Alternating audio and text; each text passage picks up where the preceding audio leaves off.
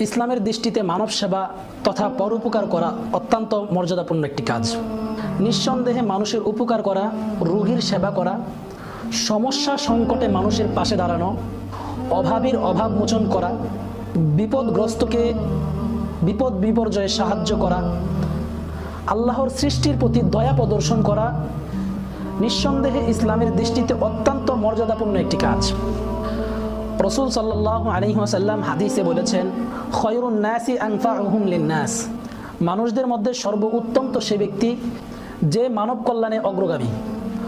অন্য হাদিসে নবীজি সাল্লাল্লাহু আলাইহি ওয়াসাল্লাম ইরশাদ করেন, যে ব্যক্তি কোনো ঈমানদার ব্যক্তির পার্থিব দুঃখ দুর্দশা লাঘব করবে, আল্লাহ তাআলা কিয়ামতের দিন তার দুঃখ দুর্দশাকে লাঘব করবেন। আর যে ব্যক্তি কোনো ঋণগ্রস্ত ব্যক্তির ঋণ পরিশোধে সহযোগিতা করবে, আল্লাহ তাআলা তার দুনিয়া ও আখিরাতের সকল বিষয়কে